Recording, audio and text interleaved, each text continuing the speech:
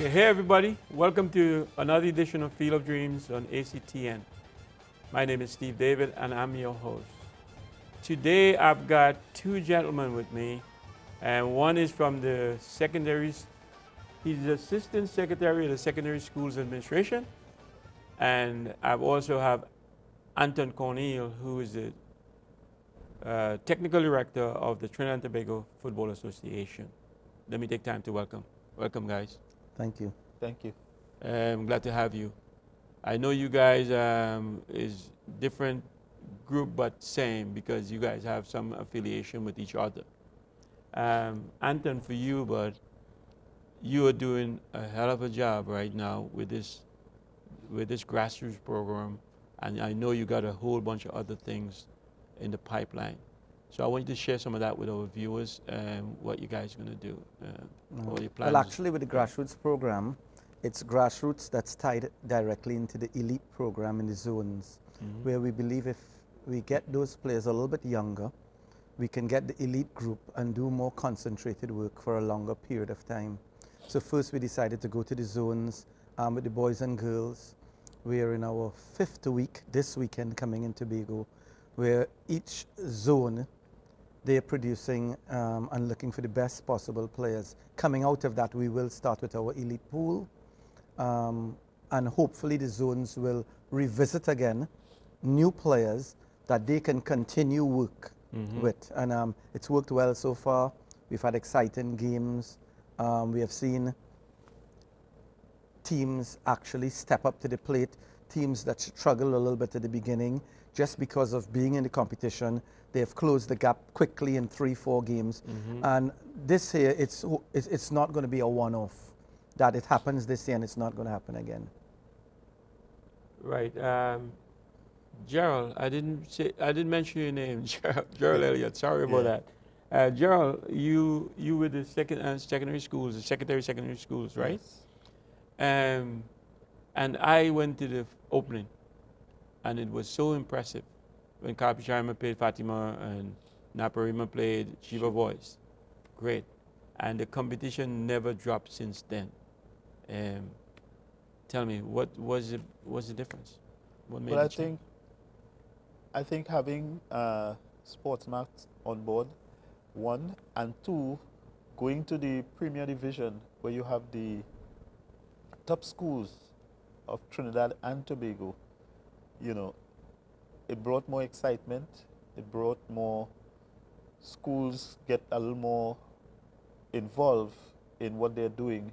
And, you know, it's not just you go in and sweat on an evening, right? They're a little more organized.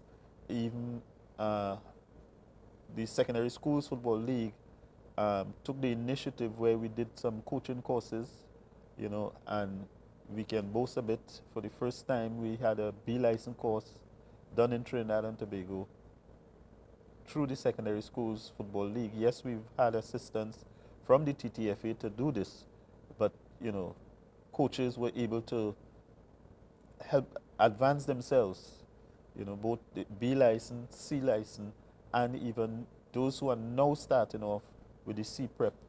So I think that will augur well going forward for the Secondary Schools Football League. Anton, I'm sure that came under your planning with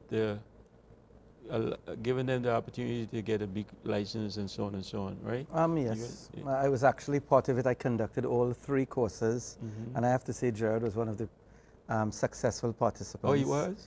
Okay. You know,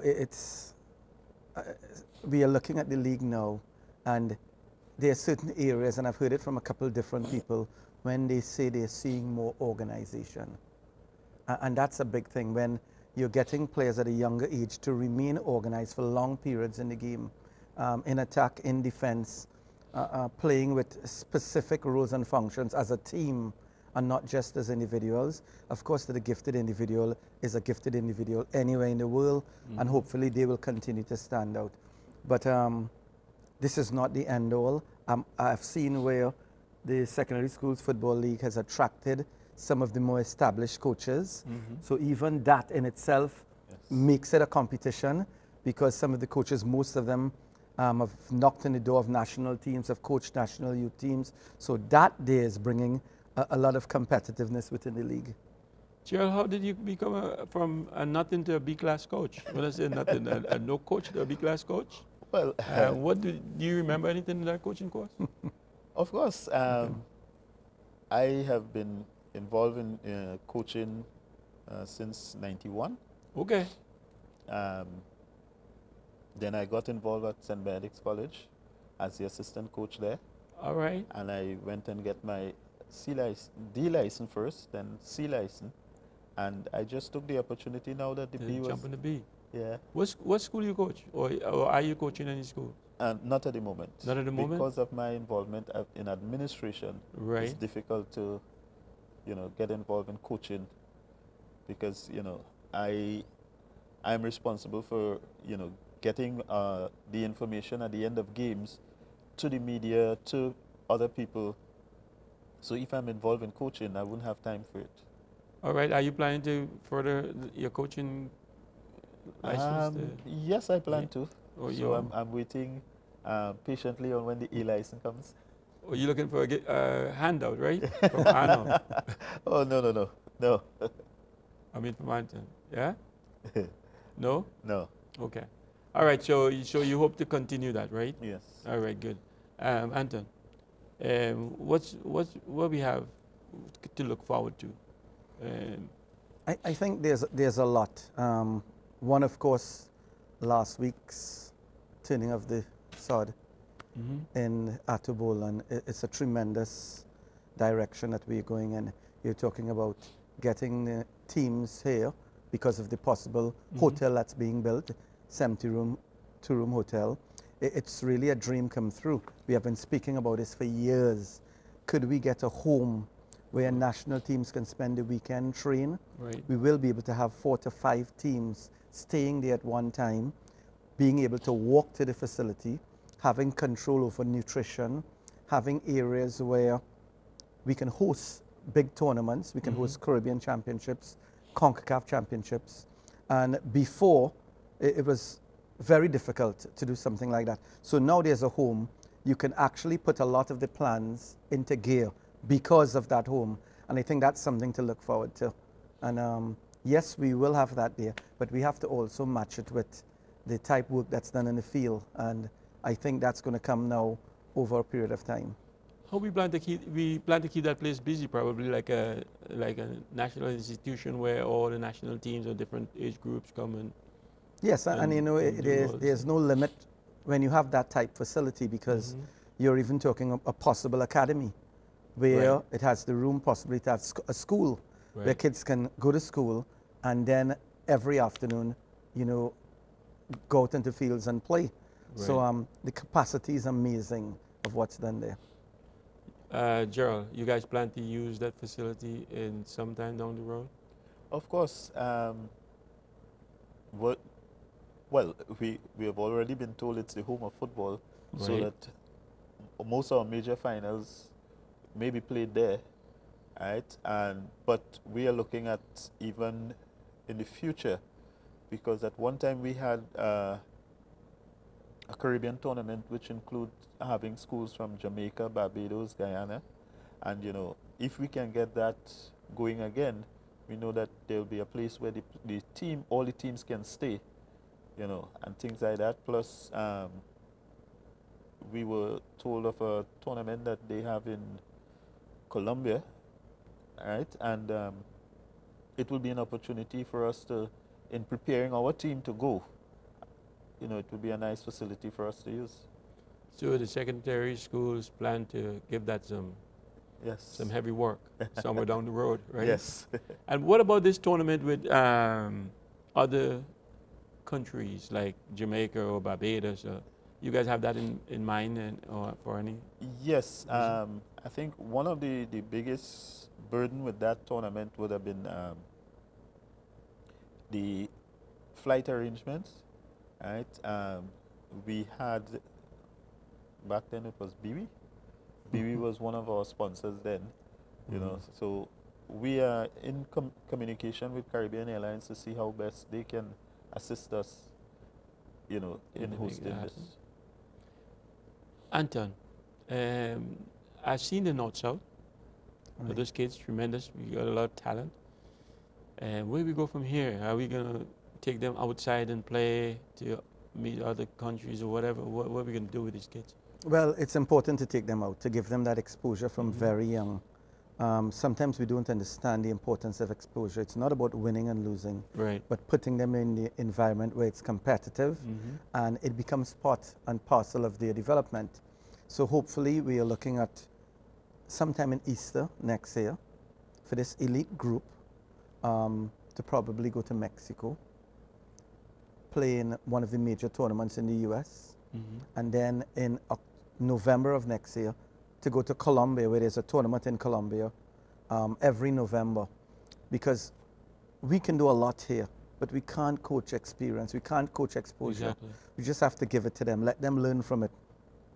They need to do that when they're 13 and 14, not at 16 and 17, Right. when they're competing at the highest level and you're having to learn within the tournament. So it needs to be done before. And this is all part of an overall plan. As I said, it's us putting parts of the overall plan in place, one program at a time. Do you think they can send a team to like the big tournament in Texas in the United States, where all international teams go and they compete? To the Dallas Cup. The Dallas Cup. And we have been to the Dallas Cup before with teams. Yes, we've been to the Dallas Cup before with teams a few years ago. And again, that's for experience and exposure. Right. So we are looking for very similar tournaments, looking to play against teams similar to what we will meet at the CONCACAF level. I would always advise, if you can go to Mexico, to Guadalajara, and play against their 6 club teams in that area, so that that style game is not new to us when we meet them in a tournament. Right. We did it one time when we went to Costa Rica years ago, and we played against this Costa Rica national team and some of their club teams. It needs to be repeated over and over, because it cannot be us doing it early in the year and then we don't do it for the whole year. Right. We will lose all that we might have gained from that trip. So it needs to be done enough. Also, it calls for a lot of financing and support to do things like that. But all that's in the plan right now. All right, then I'm sure with the secondary schools, you guys probably have the same idea to go out and compete and do all the good stuff. Yes, we do. And who is overlooking your coaches to make sure that they maintain the standard? Is it Arnold? Well, I'm not Arnold, sorry. Why I keep saying Arnold? Anton?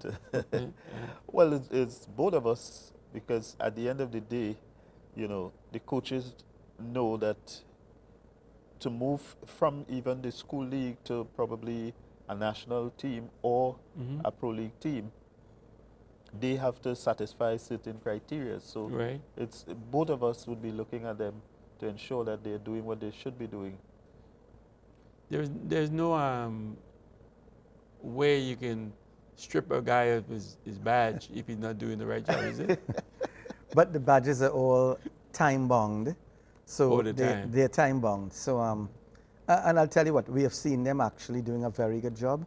Even some of them that might not have been as successful during the course, it's really the information. Pass fail is by the way, but it's if they can grasp the information. The ones that presented it properly the first time might have gotten a pass mark. Others might have the information and just not able to present it. Right. But we are just hoping that that information is passed on to the young ones. And as I said, we have seen some of what was done this summer on the field. We have others to do. We have other coaches that did other courses, and that's okay. That's okay. But we will know where our standard is and what we are looking for. So yes, I see SSFL as a major stakeholder to the TTFA and to football overall in Trinidad and Tobago. And it's important that the standard is at where it's at right now. The games are exciting. There's a passion in the players. There's a passion in the crowd, passion from the coaching staff, from the school community, just from the community itself. Right. And that in itself augurs well for the development of the game. So if you were out and about and you see one of your coaches who's trained under you not doing the right thing, what would your action be? What would you? And it will always have to be, you know, in the philosophy of the coach, which we say. Right. It may be in his philosophy that he does, and I'm talking about on the field now. Yeah. In his philosophy, what he's doing is right. Right. Sometimes we may question why, because it may help me as an instructor. Right. If we're talking about discipline, that has nothing to do with the game. No, I'm not disciplined. You know, but if it has to do on the field and what's being done, a lot of times it's nice to have discussions. As I said, it's a learning for both parties, and there's nothing that's edged in stone. So if I can give you an example, if a coach decides, you know what, I'm going to play with 8 midfielders, you know, once he has a reason why, and it's fitting within his philosophy, of course we'll ask why, but it's really mutual respect for each other and also mutual respect for the game. So we've had great feedback from those coaches. Actually, I think I've had feedback from 90% of the B-licensed coaches as they go forward. Things that they can do better, things that they thought would have been useful, that they can use with their teams. And that's the idea of a coaching course. Right. And the course was designed using most of the UEFA B-license information, some of the advanced FIFA information, and information coming out of Germany and Holland. So it was really something designed specifically for our region, the Caribbean and larger region, CONCACAF. So we had to take that into consideration when designing a program, because those same coaches mostly will coach within the Caribbean and at the CONCACAF level. I quite understand. I know you don't want to embarrass nobody, and maybe they might have an idea or another idea, and well, maybe he should control the ball with the outside of his foot instead of the inside. So you give them the opportunity to flex themselves. Of course, of course. Make sure they do what and they need to bring their personality into their coaching. Right. You've got the information. See if you can take now from your personality and present it in a way that will best benefit your team. Right. Okay. Let's take a break, guys, and when we come back, we will pick up where we left off.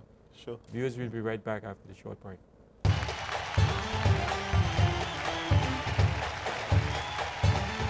Coming out of this, it was decided if they are training that they will be allowed to train 2 days a week with the national team, but it must not be the day before a game in secondary school.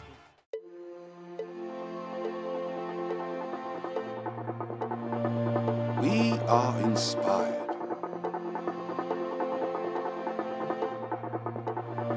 We are practiced.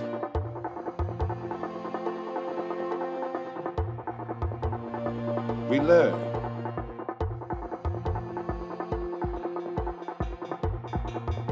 We have challenges. We are supported. We persevere. And we shine. This is our commitment to you.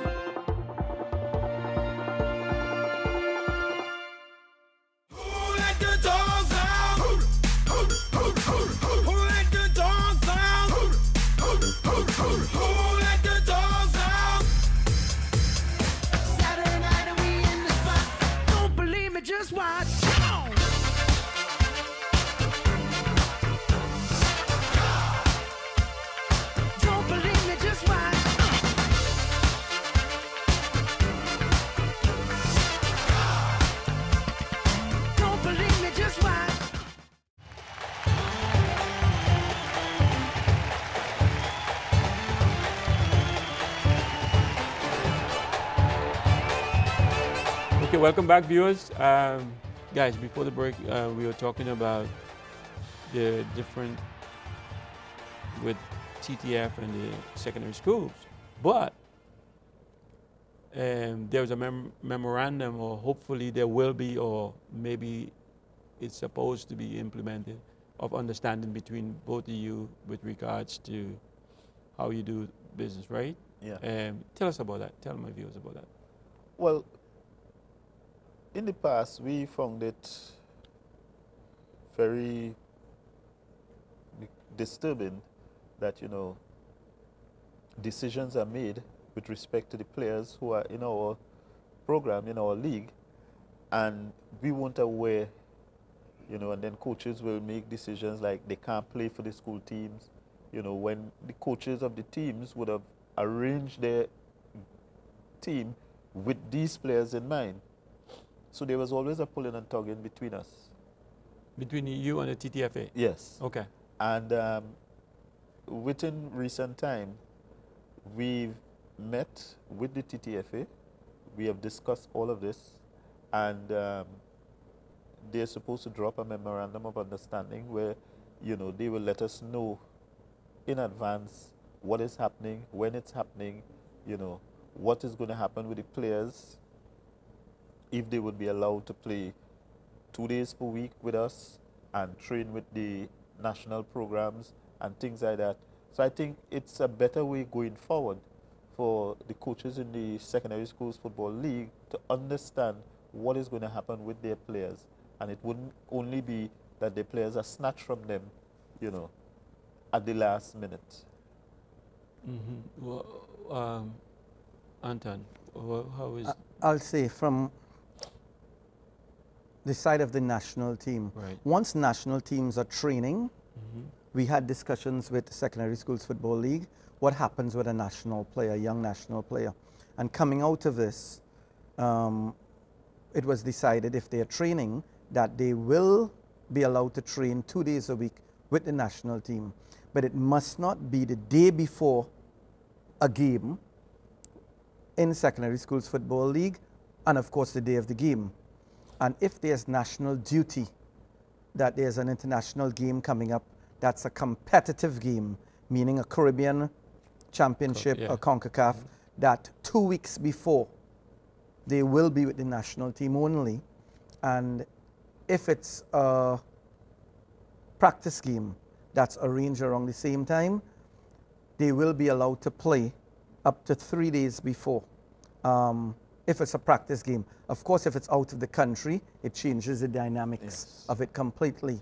So right now, I know in the women's program, on Saturday, the U17 women's team will be going to Haiti. Those are Caribbean World Cup qualifiers. So I think by now they are probably not playing with their schools. And even though the memorandum of understanding is being orchestrated still, it's really unwritten. What we had before was we had no procedure. It was really one coach making a decision on what he believes or she believes is right. So I think working with the Secondary Schools Football League makes it a lot easier, gives us very clear lines of what should be done and should not be done, and that now carries over to the schools. Because at the end of the day, as I said, they're a major stakeholder of football in Trinidad and Tobago. So I think both parties would like to have very clear guidelines as we move forward.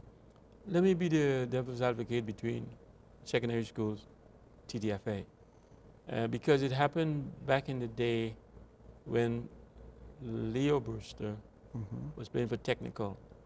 He is on the national team. He has intercall coming up.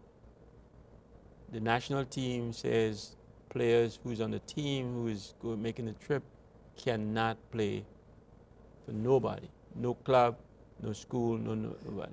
But this intercall, as you know, intercall final too, which is a big game and not many people get an opportunity to play.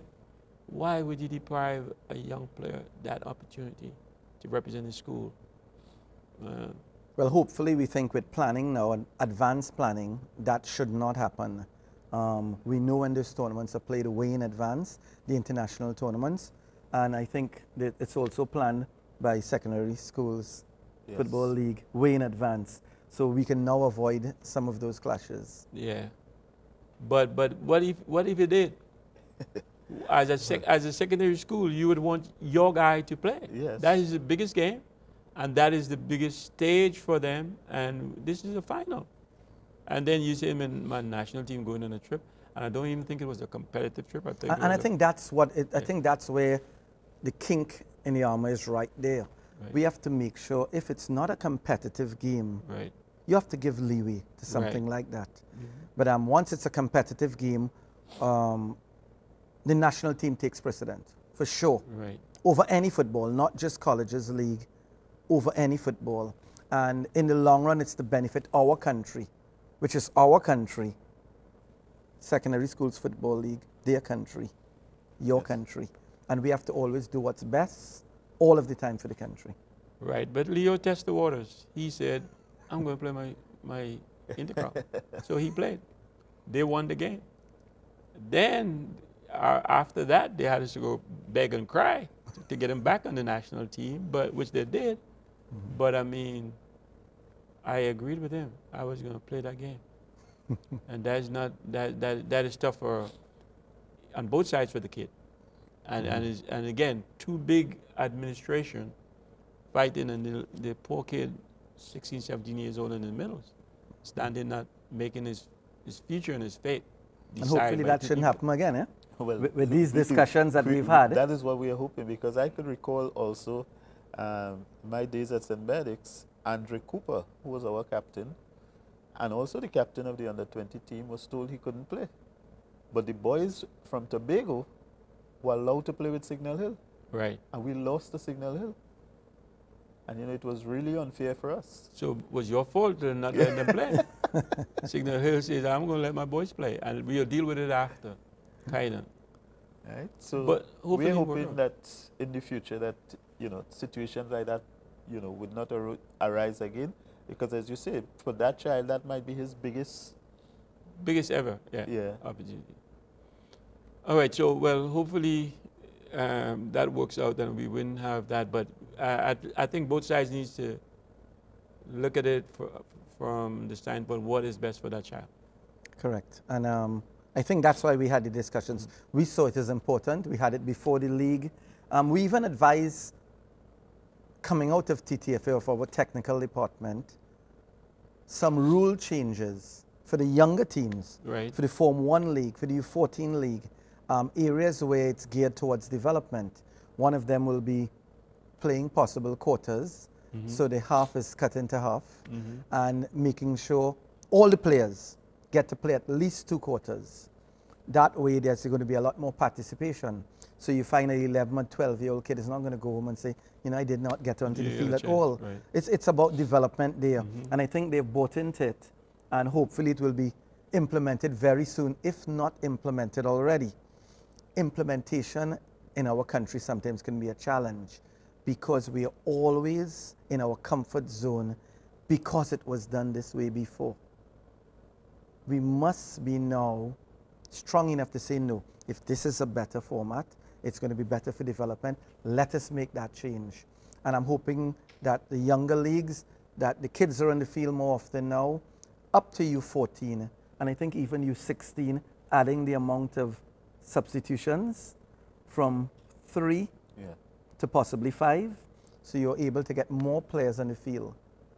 And of course, at the top level, it remains the same. So we have advised from our side, when it comes to development, it becomes consistent with what we will do now as we make changes in our development program.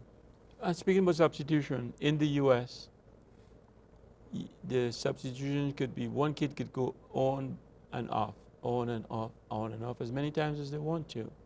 It's not the same here, right? Well, they can come, what we have advised is that they can come off in the first half and go back on in the second half. But you cannot come off in the second half.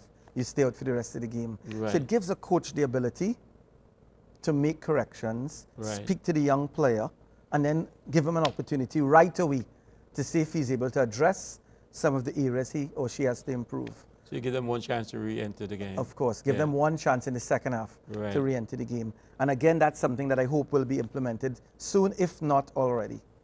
Okay, so now what we do? With our Form 1 competition, that is done. Excellent. Players are allowed to go on and off. In what competition? The Form 1s. That is the junior teams? Yes. Yeah. Youth So teams. they still have junior, senior grade and championship? Yeah. Okay. So the junior teams, they can do that? Yeah. And what about senior grade? No, they're middle allowed guy. the 3 because they're about this. They're the same age as the championship or the premier, so that, you know, they're preparing to get up there. So Right. They go with the same rules. I got you. All right. Now, there's a big question on why in our time, and I don't know about Anton, but my time, you have to be 18 years old or under. If you ever cross 18 years old, you cannot play for school anymore. And now we have grown men, 21-year-old, playing for school. Why is that possible, and how did that happen? Well, that came into thing when I think a parent took. Well, I don't think it ended up in court, but there was some legal thing where the child was in school, and they said we would deny the child his rights to play football, to represent his school as a student of the school. And because there are some students who are 20 in school, but you cannot be 21. You could be 20. 20. Right? So as a result of that, changes were made to our constitution to allow children under 21. Yeah, but how it happened back in the day, it happened. I mean, well, nobody took it up legally. Right. They must have made noise about it, but there were some legal ramifications, and we had to make the adjustment. Well, they stripped St. Benedict, so they should give them back the trophies that they stripped them. Well, I heard that. Yeah, they should give them back the thing, even though nobody care about. I mean, but they stripped them, and they stripped them of the trophies and all of that. Yeah. Because of one or two guys was over the age, and they probably were 19 and not even. You know, you heard about that, right? Yes, and I'm not familiar with the rules and regulations there. I know it has something to do with actual students being bona fide students of the school, and once this person is a bona fide student, they should be eligible. So I think that's something that the Secondary Schools Football League and the Ministry of Education will probably have to have their discussions. Yeah. So TTFA doesn't govern that kind of stuff? No, you would not like me to advise on it. Because we do have our own opinions of a 21-year-old or a 20-year-old playing, especially a gifted player. Right. A player that's able to get onto a national team. Right. Because anywhere else in the world that player is playing at the highest level. But I'm hoping that across the board something is going to be done. I'm sure you guys have been in discussions about it. Okay, and there is another, and maybe you can join into this too, Anton, that if they're playing in the secondary schools, you cannot play in other TTFA things? Well, actually, I think years ago I was part and parcel of being warned when I played years ago for Fatima, because I think I went the weekend after and played for Maple. In saying that, I am not sure what's the actual ruling on it, because there was a time that you could not play for the clubs anymore. There was a date, I don't know if it's August 31st. Yes. It's still August 31st. August 31st. Because, so I remember it's August 31st. That day, of course, gives the schools the opportunity to have their players full-time. It also, I guess, safeguards the amount of football being played, because the schools play twice a week. And if you're playing club also, it means that you could possibly be playing 3 days a week. That day in itself is going to take a lot of discussion if it has to be changed. I don't think we've had too many queries about it right now. Of course, some people might have played after August 31st, some not knowing, honestly not knowing, because it's not an advertised ruling. No. So unless you do know about it, you may go back and play for your club team and innocently do it without any information from your school or even the club. So right now I'm sure it's something that has to be again discussed. Yeah, well, one of the things we do, or we try to remind schools every year, is that this particular rule, to ensure that their boys are not violating the rule and going back and play for clubs. We have had in the past where clubs have encouraged the children to come and play because they may be short, you know, and wanted the extra person or persons to make up their team. And once these players are caught, it puts the school in trouble. It doesn't affect the club so much. It affects the school because it's only in our constitution we have that rule, right? The TTFA had it in their constitution some years ago, but since they've changed the constitution, they removed it, right? But we are saying that this is a school competition and this is how it's supposed to be run. If you choose to play club football, you're free to do that. But if you want to play in the school, this is how you're supposed to do it. When that cutoff period is going to be? The if they were cutoff playing is for a club before. August 31st. From August 31st, they stop until Yes. your season is finished. Yes. So you the big honcho school. Otherwise, if you don't do that, then you don't play for school. Yes. You can't play for school at all. We've so had some incidents in the past where, as you said, some children weren't aware, and again, the prodding of the coach from the club team, they went out and played. And once it was brought to our attention, we informed the school that they can no longer represent the school because that's part of the rule. If you go back and play with the club, you can no longer, you lose your registration for the rest of the season. Okay, so we're going to take a break now, but when you come back, I want you to tell me how you keep control of the players who actually play, how you keep control of them, making sure that some kid from the neighborhood don't play one game and then you don't see him anymore, that kind of stuff. Viewers, we'll be right back after the short break.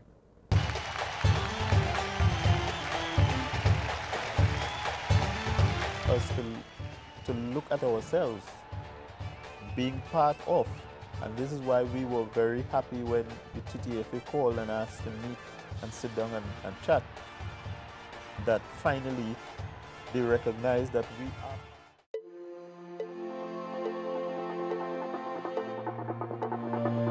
We are inspired.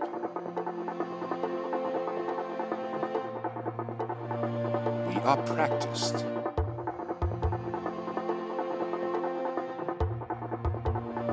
We learn.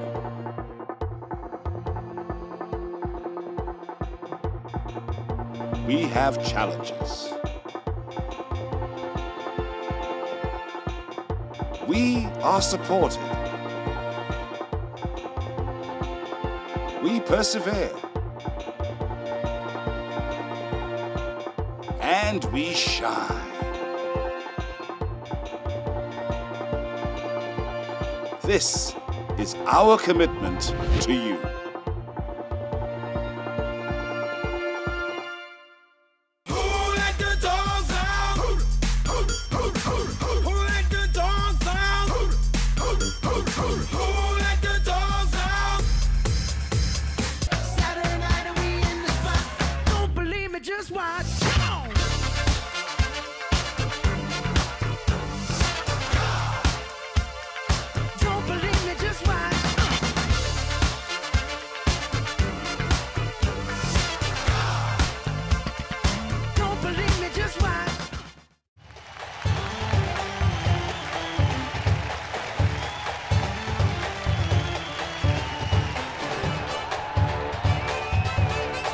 Okay, welcome back, viewers. Gerald, I was asking the question: how do you guys give badges or passes or picture IDs for players? How you know that some kid from the neighborhood don't join a school and play a couple games and then jump out? I agree. That's a difficult one, but yes, we do. And in fact, from the 2017 season, our passes are even more, how should I put it? It's a pass that you can use for your lifetime, and it has the code on it that you can download the app that you can go onto you can take it and see whether this child has a red card, yellow card, if he scored, and everything about him. On game day, who controls that? The referees? No, you have a match commissioner who will check the passes. And they check to make sure that everybody who is going out on that field Had their pass. is eligible to play. Yes. Okay.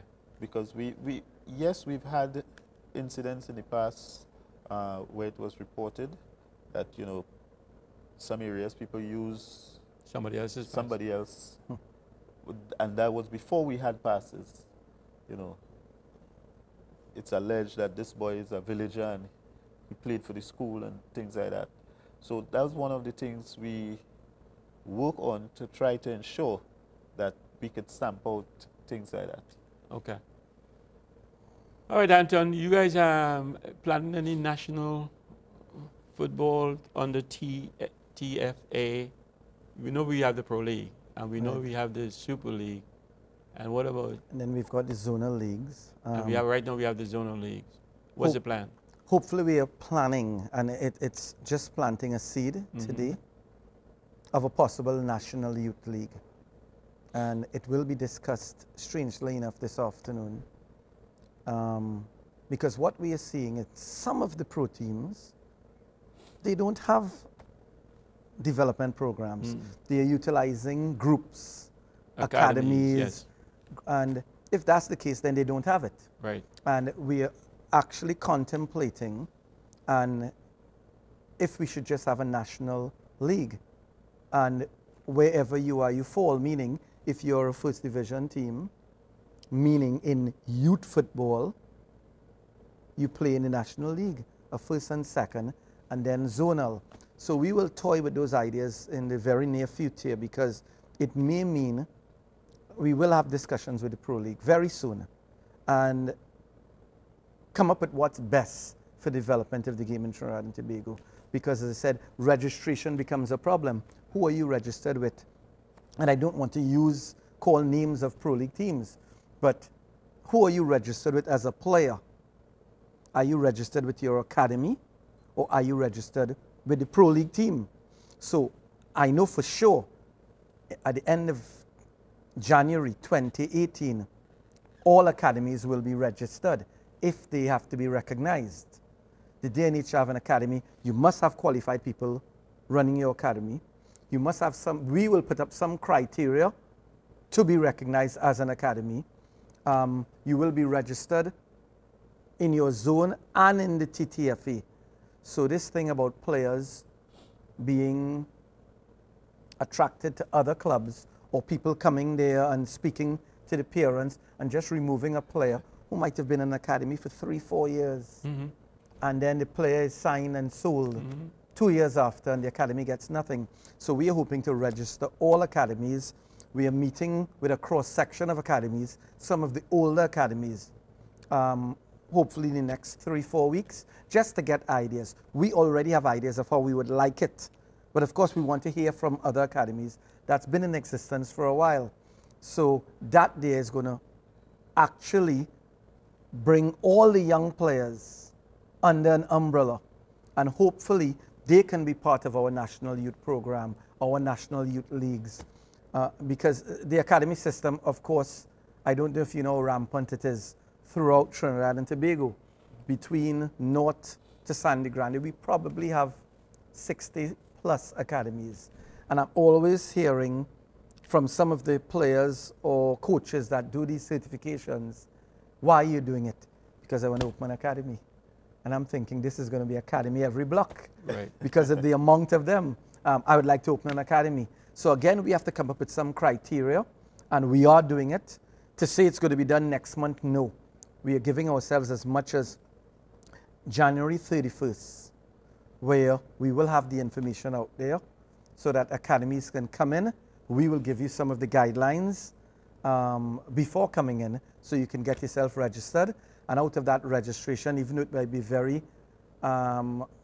very minute amount to register, it's going to be shared between zone and TTFA.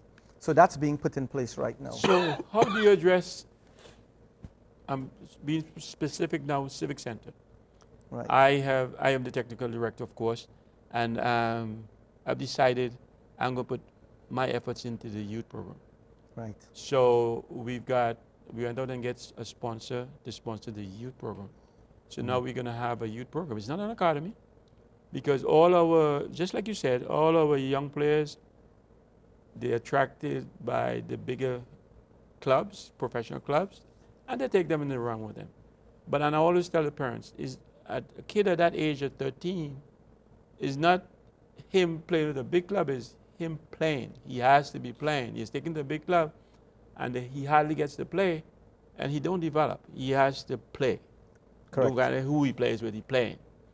So now we're going to do that, but we're going to go out and play games maybe in the communities, different communities on the weekend, but they don't have a league for youth teams.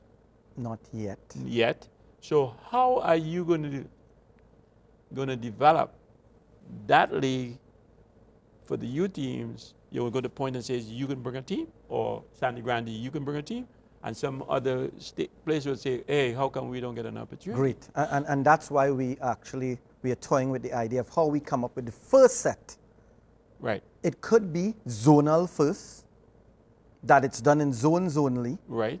And the top 4 from each zone, or the top 4 from each zone goes into the first division, the second 4 goes into the second division.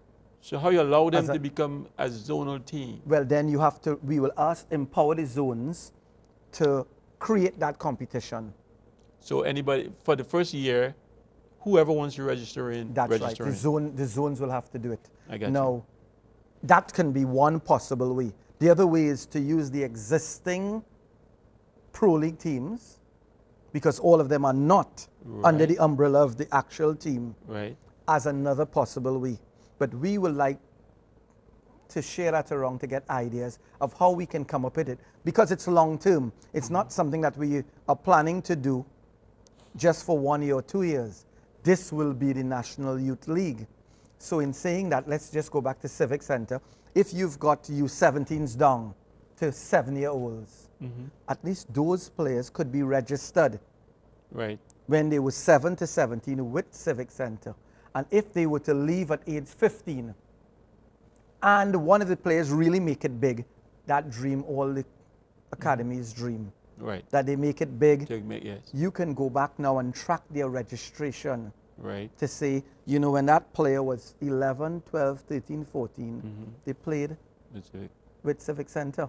So if there's any compensation for a development fee, that goes to Civic Center.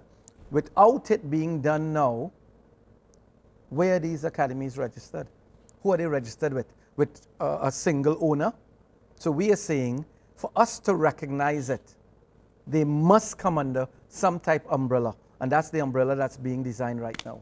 And I totally agree with you, because I always say, for myself, we dropped the ball, my generation dropped the ball, because we didn't put back the time we needed to put back into the development of the youth. So I blame myself, Wilfred Cave, Monty Douglas, Leroy Dale, all of us who migrate and all that. And point football is suffering. So now I'm trying to bring that back. So I'm glad you guys are going to have a national league, or not a national league, but a youth league, because I always look at America on Saturday and on the weekends or the public holidays. Every kid in the U.S. is playing soccer. That's exactly right. So if that comes under the TTFA, that would be great. And I don't think you guys should even think about it. You guys should make that happen. Well, as I said, it's planned. And coming out of that plan, we will implement. It may mean us getting an administrative leg that runs youth football. I can say it's going to be a lot for TTFA to do. I'm working there now. But if we can put in place a leg of administration that runs youth football in conjunction with all the zones, because it's us doing it, it's not TTFA. And when we speak development, I'm trying to get people away from saying they. It's never they, it's not third person. We are doing it and embracing all the bodies to do it, if we are doing it for all the right reasons. That's why it's important for us to do youth football, grassroots football, elite football, secondary schools football, primary schools football, zonal football, Super League and Pro League. We are doing it if we'd like to change the standard and participation level of the game in Trinidad. And I was telling the veterans, and that's why I joined the Veterans Football Foundation, that and they part of TTF, you guys not doing nothing, you're retired or whatever thing. Run a youth program, exactly what you're saying. I said, run it under the TTF. They can run it on through them, to their leg, and let them manage it and build it. But they didn't listen. So my words went a begging. Let me bring you in, Gerard. Yeah. What do you think about how you develop the secondary school? You guys just run your program, and what's you guys plans in development and stuff, or what ideas you guys have? Well, first and foremost, our program was simply geared towards the students in the school having the opportunity to represent their schools. Then what we found was there wasn't anything major being done in the country. And we started to work towards developing within our schools, develop the coaches and so on, to ensure that the football comes to a certain level, because what you had happening is that the U17 teams, all the players would be school players, right? And therefore, if the coaches in the school weren't doing the necessary work, it means at the national level, we would not qualify for any major tournaments. So that's one of the reasons why we look at doing a holistic, because right now one of the other things we are doing is a first responders course to ensure that the people that are around the teams are aware of how to deal and treat with situations should they arise on the field with the students. Remember though, when he's finished with this under 13 program, they come into you. Exactly. So you guys have to have something ready for them. Exactly. All right. So they don't they don't get lost in the shuffle somewhere out there. At all. So that is one of the things, and it also helped us to look at ourselves being part of, and this is why we were very happy when the TTFA called and asked to meet and sit down and chat, that finally they recognize that we are part of the whole. Of course. And you know, it's not a little something on the side. So we are truly happy to be part of and to work together with the TTFA for the development of players for Trinidad and Tobago. Right, and I'm glad to see that. And I gotta tell you guys, you both are doing a hell of a job, man, and you guys gotta keep doing what you're doing. And I really appreciate it so much. Like I said, I dropped the ball back in, and I migrate, and I drop the ball, and I can help the people. But I'm back home, trying to make something or give back something into the. All right, we got about 3 more minutes. Any closing remarks? Anything that you have not said that you wanted to, or Anton, yourself? Well, I think one of the things that Secondary Schools Football League that they had years ago, and it was mentioned earlier, there must be a push for a big four in the Caribbean. You know, Sportsmax brought the leagues together, especially Trinidad and Jamaica. And coming out of that, it could possibly be the top 2 teams from both countries in a simple first place second. And second play first. And second play first and coming up, because this will now bring even more added interest. Because, as I said, you can turn on that television, and one day I was leaving actually to go look at Secondary Schools Football League, and I realized it's coming on in 15, 20 minutes. I said, I'm not going anywhere. Right. I'm going to sit and watch it. So that's done throughout the Caribbean. So I think we need to get back to there if it means getting sponsors. I know finance will be the reason why it's not done, but I think it's important. It's a reward, especially for the teams that excelled in the league. And to us, it's exposure again for more players to play at a competitive level. So hopefully that can be looked at down the road. I mean, it's the first time I am so optimistic about Trinidad football. I think the effort now today is so different, and the vibe is so different. I think we now decide to do something. And maybe it's because of you guys' great work or whatever it is. I mean, we have to keep this going and we have to keep beating this as much as we can and make it happen. So kudos to the secondary schools. Thank you. And to the Trinidad and Tobago Football Association. Thank and you. yourself as a technical director. It's about time, man. Thank you. Appreciate Yeah. it. Pretty much. Okay, so I've got to say thank you so much for being here. You too. Appreciate you. And I will come out and look at the secondary schools. And whatever TTFA has going that I can be assistance, feel free to call on me. We will. All We right. will. Appreciate it. To the viewers, thank you for tuning in every Monday night, 8 o'clock. We do appreciate you as well for looking at Field of Dreams. To ACTN, thank you for giving us the opportunity to bring the show to our viewers. We do have a Facebook page. Check us out. We do have an email address, fieldofdreamtt@gmail.com. You can drop us a line. The show's ended. Go in peace. My name is Steve David. I'll see you next Monday night.